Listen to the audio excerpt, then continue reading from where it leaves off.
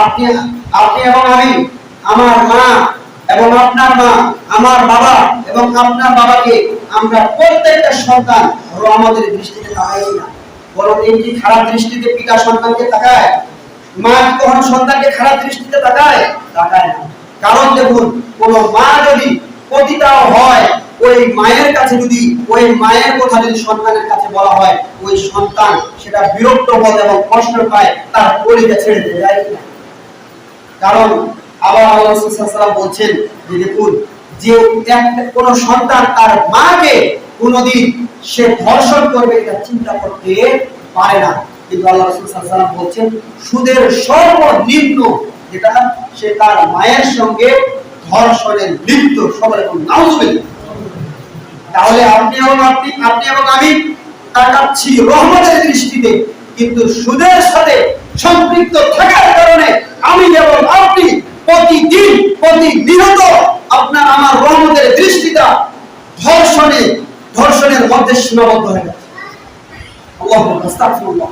আল্লাহ তুমি আমাকে এবং আপনাদেরকে সবাইকে আল্লাহ সুবহানাহু ওয়া তাআলা আমাদেরকে শুরু থেকে রক্ষা করার তৌফিক দান করুন। এই জন্য আমাকে এবং আপনাকে সবাইকে চেষ্টা করতে হবে, হালাল পন্থা অর্জন করতে হলে, সুদ থেকে বিরত থাকতে হলে, কষ্ট হলে, এই কষ্টের মাধ্যমে সুখ আছে, কষ্টের মাধ্যমে জান্নাত আছে। কিন্তু যদি আমি এবং আপনি জান্নাতকে যদি হারাতে চাই, তাহলে সুদের মধ্যে আমাকে আপনাকে লিপ্ত হতে হবে।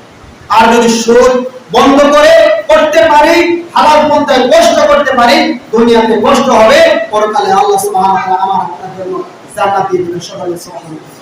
সম্মানিত উপস্থিতি, যে কথা বললাম, তাহলে আমাদের কাছে অনেকটা বিষয় স্পষ্ট এবং এর শাস্তি এবং পাপ বিষয়ে আমরা বুঝতে পারবো।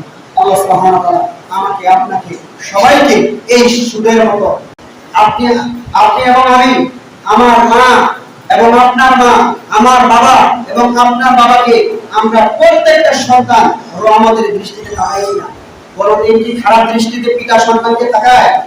মা কি কখনো সন্তানকে খারাপ দৃষ্টিতে তাকায়? তাকায় না। কারণ দেখুন, কোন মা যদি পতিতাও হয়, ওই মায়ের কাছে যদি ওই মায়ের কথা যদি সন্তানের কাছে বলা হয়, ওই সন্তান সেটা বিরক্ত বোধ এবং কষ্ট পায়, তার কলিজা ছেড়ে দিয়ে যায়।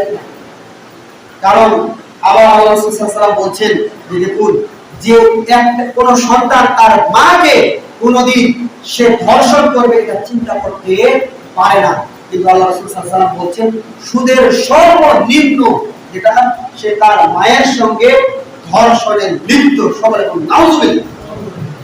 তাহলে আপনি এবং আমি তাকাচ্ছি রহমতের দৃষ্টিতে।